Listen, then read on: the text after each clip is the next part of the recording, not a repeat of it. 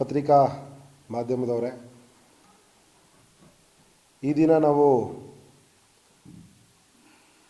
Press meet ಕರೆದಿರೋ ಕಾರಣ ಈಗಾಗಲೇ ನಮ್ಮ ಶೌರತಣ್ಣವರು, ನಮ್ಮ ಬಾಲುವಣ್ಣವರು ತುಂಬ ವಿಸ್ತಾರವಾಗಿ ನಿಮಗೆ ತಿಳಿಸಿದ್ದಾರೆ.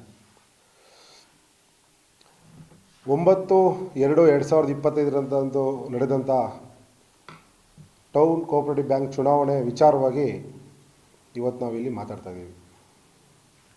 ಏನು ಸುಮಾರು 10 ತಿಂಗಳ ಹಿಂದೆ ನಡೆದಂಥ ಚುನಾವಣೆ, ಆ ಚುನಾವಣೆಯ ರಿಸಲ್ಟು ನಿನ್ನೆ ಅನೌನ್ಸ್ ಆಗುತ್ತೆ. ಮಾನ್ಯ ಉಚ್ಚ ನ್ಯಾಯಾಲಯದಲ್ಲಿ ಈ ಒಂದು ಪ್ರಕರಣ ಇದ್ದಿದ್ದ ಕಾರಣದಿಂದ ಕೋರ್ಟ್ ಆದೇಶದಂತೆ ನಿನ್ನೆ ರಿಸಲ್ಟು ಅನೌನ್ಸ್ ಆಗುತ್ತೆ. ಆದರೆ ರಿಸಲ್ಟ್ ಅನೌನ್ಸ್ ಆಗಿದ್ದ ರೀತಿ, ಅಲ್ಲಿ ನಡೆದಂಥ ಚಟುವಟಿಕೆಗಳು ನಮ್ಮೆಲ್ಲರಿಗೂ ಇವತ್ತು ತುಂಬ ಬೇಸರ ತಂದಿದೆ. ಯಾಕಂತ ಹೇಳಿದ್ರೆ, ಒಂದು ಚುನಾವಣೆ ಅಂದಮೇಲೆ ಪರ ವಿರೋಧ ಇದ್ದೇ ಇರುತ್ತೆ. ನಾವು ಅವ್ರ ವಿರೋಧಿಗಳಾಗಿರ್ತೀರಿ, ಅವ್ರು ನಮ್ಮ ವಿರೋಧಿಗಳಾಗಿರ್ತಾರೆ. ರಾಜಕೀಯದಲ್ಲಿ ಮಾತ್ರ, ವೈಯಕ್ತಿಕವಾಗಲ್ಲ. ಆದರೆ ಎಲ್ಲೋ ಒಂದು ಕಡೆ ನಮ್ಮ ಪ್ರತಿಪಕ್ಷದವರು ಅದನ್ನು ತುಂಬ ಪರ್ಸ್ನಲಾಗಿ ತಗೊಂಡ್ರು ಅಂತೇಳಿ ನಾವೆಲ್ಲ ಇವತ್ತು ಭಾವಿಸ್ತಾ ಇದ್ದೀವಿ. ಯಾಕಂದರೆ ನಾವು ಇದೇ ಊರಿನಲ್ಲಿ, ಇದೇ ಹೊಸಕೋಟೆನಲ್ಲೇ ಹುಟ್ಟಿ ಬೆಳೆದವರು. ಈ ಚುನಾವಣೆಯಲ್ಲಿ ನಾವೆಲ್ಲ ಯಾರ್ಯಾರು ಪ್ರತಿನಿಧಿಸ್ತೀವೋ ನಾವೆಲ್ಲರೂ. ಆದರೆ ನಮ್ಮ ಪ್ರತಿಪಕ್ಷದವರು, ಮಾನ್ಯ ಪ್ರತಿಪಕ್ಷದವರು ಎಲ್ಲೋ ನಮಗೆ ಬೇರೆ ಊರಿಂದ, ಬೇರೆ ಜಿಲ್ಲೆಯಿಂದ, ಬೇರೆ ದೇಶದಿಂದ ಬಂದಂಗೆ ನಮಗೆ ಅವರು ನೋಡ್ತಾ ಇದ್ದಾರೆ. ಅದು ಯಾಕಂತ ನಮಗಂತೂ ಗೊತ್ತಿಲ್ಲ. ಹೌದು, 10 ವರ್ಷ ಕಾಲ ನಾವು ಆ ಬ್ಯಾಂಕಲ್ಲಿ ಆಡಳಿತ ಮಾಡಿದ್ದೀವಿ. ಆದರೆ 10 ವರ್ಷ ಕಾಲ ಆಡಳಿತ ಯಾವ ರೀತಿಯಲ್ಲಿ ಮಾಡಿದ್ದೀವಿ ಅಂದರೆ, ಒಂದೇ ಒಂದು ಕಪ್ಪು ಚುಕ್ಕಿ ಇಲ್ದಿರೋ ರೀತಿಯಲ್ಲಿ ಇವತ್ತು ನಾವು ಆಡಳಿತ ಮಾಡಿದ್ದೀವಿ. ಆದ್ದರಿಂದ ಇವತ್ತು ಬಾಲಣ್ಣವರಾಗಲೇ ಹೇಳ್ದಂಗೆ ಅವರು ಎಲ್ಲ ರೀತಿ, ಯಾಕಂದರೆ ರೂಲಿಂಗಲ್ಲಿದ್ದಾರೆ, ರಾಜ್ಯ ಸರ್ಕಾರ ಅವ್ರದ್ದು, ಹೊಸಕೋಟೆಯಲ್ಲಿ ಮಾನ್ಯ ಶಾಸಕರು ಅವ್ರ ಕಡೆಯವರು, ಆದರೂ ಕೂಡ ನಮ್ಮ ಷೇರುದಾರರು ನಮಗೆ ಕೈ ಹಿಡಿದ್ರು. ಆದರೆ ನಿನ್ನೆ ಏನಾಗುತ್ತೆ, ನಮ್ಮ ಹಿರಿಯರಾದ ಅವ್ರಿಗೆ ಸುಮಾರು 75 ವರ್ಷ ನಮ್ಮ ಬಸವಣ್ಣವರು, ಚುನಾವಣೆಯಲ್ಲಿ ಅವ್ರಿಗೆ ಈ ಪ್ರಚಾರ ಸಮಯದಲ್ಲಿ ನಡೆಯೋಕ್ಕೂ ಆಗಿಲ್ಲ, ಕಾಲಿಗೆ ಏಟು ತಗಲಿತ್ತು. ಯಾಕಂತ ಹೇಳಿದ್ರೆ, ಅಂಥ ಒಂದು ಸಂದರ್ಭದಲ್ಲೂ ಕೂಡ ಅವರು ಮನೆ ಮನೆಗೆ ಹೋಗಿ ಕೈ ಮುಗಿದು ಓಟ್ ಕೇಳಿ ಆ ಚುನಾವಣೆಯಲ್ಲಿ ಅವ್ರು ಗೆದ್ದಿದ್ದಾರೆ.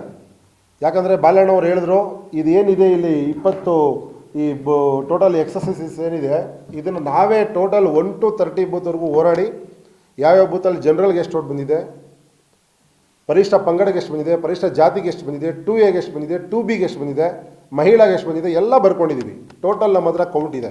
ಯಾಕಂದರೆ ಎಲೆಕ್ಷನ್ ಆಗಿದ ತಕ್ಷಣ ರಿಟರ್ನಿಂಗ್ ಆಫೀಸ್ ಅವರು ಏನು ಒಂದು ವೋಟಿಂಗ್ ನಡೆದಿದೆಯೋ ಅದನ್ನೆಲ್ಲ ಕೌಂಟ್ ಮಾಡ್ತಾರೆ. ಆಗ ಎಲ್ಲ ಬೂತಲ್ಲೂ ನಮ್ಮ ಏಜೆಂಟ್ಸ್ ಇದ್ದರು. ಗ್ರಾಫ್ ಶೀಟಲ್ಲಿ ನಾವು ಸೈನ್ ಹಾಕಿದ್ದೀವಿ. ಗ್ರಾಫ್ ಶೀಟಲ್ಲಿ ಸೈನ್ ಹಾಕಿ ಯಾರ್ಯಾರಿಗೆ ಎಷ್ಟು ಓಟ್ ಬಂದಿದೆ ನಾವು ಬರ್ಕೊಂಡಿದ್ದೀವಿ.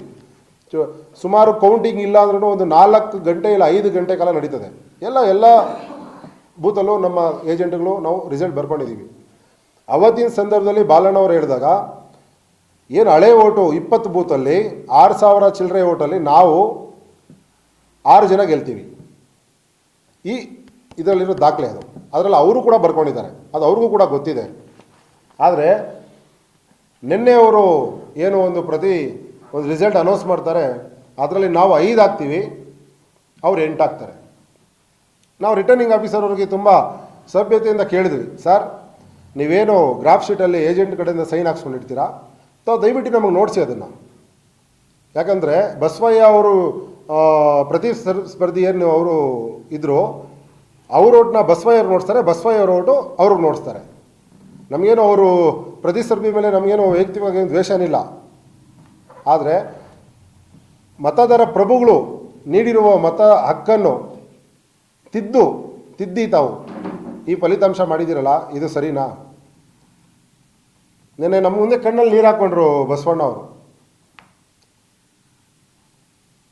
ಈ ರೀತಿ ಒಂದು ಫಲಿತಾಂಶವನ್ನು ನೆನ್ನೆ ರಿಟರ್ನಿಂಗ್ ಆಫೀಸರ್ ಆಗಿರ್ಬೋದು, CDO ಅವರಾಗಿರ್ಬೋದು ಅನೌನ್ಸ್ ಮಾಡಿದ್ದಾರೆ.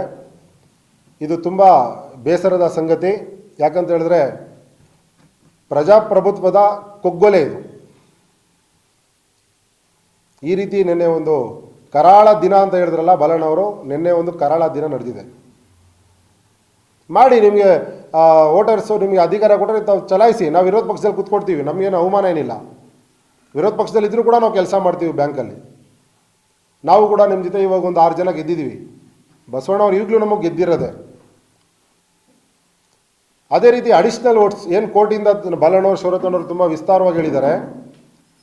ಆ ಒಂದು ಕೋರ್ಟ್ ವೋಟ್ಸ್ನ ತಂದಿದ್ದು ಕೂಡ ಅವರೇ. ಫಸ್ಟು ತಂದಮೇಲೆ ಅದನ್ನು ರದ್ದು ಮಾಡಬೇಕಂತ ಹೋಗಿದ್ದು ಅವರೇ. ಅದರಲ್ಲಿ ನನ್ನ ಪ್ರಕಾರ 8 ಜನ ಗೆಲ್ತೀವಿ ನಾವು. ಇಂದಿರಮ್ಮ ದೇವಿಯವರು ಸೇರಿ 8 ಜನ ಗೆಲ್ಬೇಕು ನಾವು ಅದರಲ್ಲಿ. ಆಯಿತು, ಅದು ರದ್ದಾಯಿತು. ರದ್ದಾದಮೇಲೆ ಬರೀ 20 ಬೂತ್ ಕೌಂಟಿಂಗ್ ಆಗುತ್ತೆ. ಅಟ್ಲೀಸ್ಟ್ ಅದನ್ನಾದರೂ ರಿಟರ್ನಿಂಗ್ ಆಫೀಸರ್ ಕರೆಕ್ಟಾಗಿ ಅನೌನ್ಸ್ ಮಾಡ್ತಾರಾ? ನಮ್ಮ ಮನವಿನ ತಗೊಂಡೇ ಇಲ್ಲ ಅವರು. ಒಂದು ರೀತಿಯಲ್ಲಿ ಅಧಿಕಾರಿಗಳು ದಬ್ಬಾಳಿಕೆ ರೀತಿಯಲ್ಲಿ ರಿಟರ್ನಿಂಗ್ ಆಫೀಸರ್ ಆಗಿರ್ಬೋದು, CDO ಅವರಾಗಿರ್ಬೋದು, ಈ ರೀತಿ ಒಂದು ಚುನಾವಣೆ ಮಾಡಿದ್ದಾರೆ. ಆದ್ದರಿಂದ ಇವತ್ತೇನು ಅದು ಕೋರ್ಟ್ಗೆ ಹೋಗಿ ತಂದಂತಹ 5,000 ಓಟುಗಳು ಆ ಮತದಾರರು ಬೇರೆ ಯಾರೂ ಅಲ್ಲ. ಇದೇ ಟೌನ್ ಕೋಆಪರೇಟಿವ್ ಬ್ಯಾಂಕಲ್ಲಿ ಸುಮಾರು 100 ರೂಪಾಯಿಂದ ಸ್ಟಾರ್ಟ್ ಆಗಿದ್ದು ಶೇರು ಇವತ್ತು ನಮ್ಮ ಬ್ಯಾಂಕಲ್ಲಿ 6,000ವರೆಗೂ ಬಂದಿದೆ. ದುಡ್ಡನ್ನು ಕಟ್ಟಿ ಅವರು ಶೇರ್ ಮಾಡಿದ್ರೆ ಮಾತ್ರ ಅವ್ರಿಗೆ ವೋಟಿಂಗ್ ಪವರ್ ಬರುತ್ತೆ. ಅಂಥ ಶೇರ್ದಾರರು ಓಟ್ ಹಾಕಿರೋ ಓಟನ್ನು ಕಿತ್ಕೊಂಡ್ರಲ್ಲ, ಯಾರು ತಪ್ಪಿದ್ದು? ಆದ್ದರಿಂದ ಹೆಚ್ಚಾಗಿ ಏನು ಹೇಳೋದಕ್ಕೆ ಹೋಗಲ್ಲ. ನಿನ್ನೆ ನಡೆದಂಥ ಚುನಾವಣೆ ರಿಸಲ್ಟು ನಮಗೆ ತುಂಬ ಬೇಸರ ತಂದಿದೆ. ಈ ಒಂದು ಚುನಾವಣೆಗೆ ನಮಗೆ ತುಂಬ ಆರ್ಥಿಕವಾಗಿ ಎಲ್ಲ ರೀತಿಯಲ್ಲಿ ಸಪೋರ್ಟ್ ಮಾಡಿರೋ ನಮ್ಮ MTB ನಾಗರಾಜಣ್ಣವರಾಗಿರ್ಬೋದು, ನಮ್ಮ ನಾಯಕರು, ನಮ್ಮ ರಾಜೇಶ್ ಅಣ್ಣವರಾಗಿರ್ಬೋದು, ಅದೇ ರೀತಿ ನಮ್ಮ ದೊಡ್ಡಲ್ಲೂರು ಮಂಜಣ್ಣವರು ಕೂಡ ಅವರವ್ರ ಕೈಲಾದಷ್ಟು ಅವರೆಲ್ಲ ರೀತಿ ನಮಗೆ ಸಪೋರ್ಟ್ ಮಾಡಿ ನಾವು ಈ ಒಂದು ಮಟ್ಟಕ್ಕೆ ಬರೋಕ್ಕೆ ಅವರೆಲ್ಲ ನಮಗೆ ದಾರಿ ಮಾಡಿಕೊಟ್ರು. ನಾನು ಅವ್ರಿಗೂ ಈ ಸಂದರ್ಭದಲ್ಲಿ ಧನ್ಯವಾದಗಳು ಹೇಳ್ತಾ, ನಮಗೆ ಹೊಸಕೋಟೆ ಟೌನ್ ಕೋಆಪರೇಟಿವ್ ಬ್ಯಾಂಕಿನ ಷೇರುದಾರರು ಎಲ್ಲರೂ ಕೂಡ ಅವರು ಮಾಡಿದ ಚುನಾವಣೆ ಯಾವ ರೀತಿ ಅಂತ ಎಲ್ಲರಿಗೂ ಗೊತ್ತಿದೆ. ಆದರೂ ಕೂಡ ಇಷ್ಟು ಹೆಚ್ಚಾಗಿ ಇವತ್ತು ನಾನಾಗಿರ್ಬೋದು, ಬಾಲಣ್ಣವರಾಗಿರ್ಬೋದು, ನಮ್ಮ ಕಿರಣ್ ಆಗಿರ್ಬೋದು, ನಮ್ಮ ವೆಂಕಟಲಕ್ಷ್ಮಕ್ ಆಗಿರ್ಬೋದು, ನಾಗರಾಜಣ್ಣವರು ನಾವೆಲ್ಲ ಗೆದ್ದಿದ್ದೀವಿ ಅಂದರೆ ಆ ನಮ್ಮ ಬ್ಯಾಂಕಿನ ಷೇರುದಾರರ ಒಂದು ಅವರದ್ದು ಕೊಡುಗೆ ನಮಗೆ ಋಣ. ಆ ಋಣ ನಾವು ಮುಂದಿನ ದಿನಗಳಲ್ಲಿ ತೀರಿಸ್ಕೊತೀವಿ ಅಂತ ಈ ಸಂದರ್ಭದಲ್ಲಿ ನಾನು ಹೇಳ್ತಾ ನನ್ನ ಮಾತನ್ನು ಮುಗಿಸ್ತೇನೆ. ನಮಸ್ಕಾರ.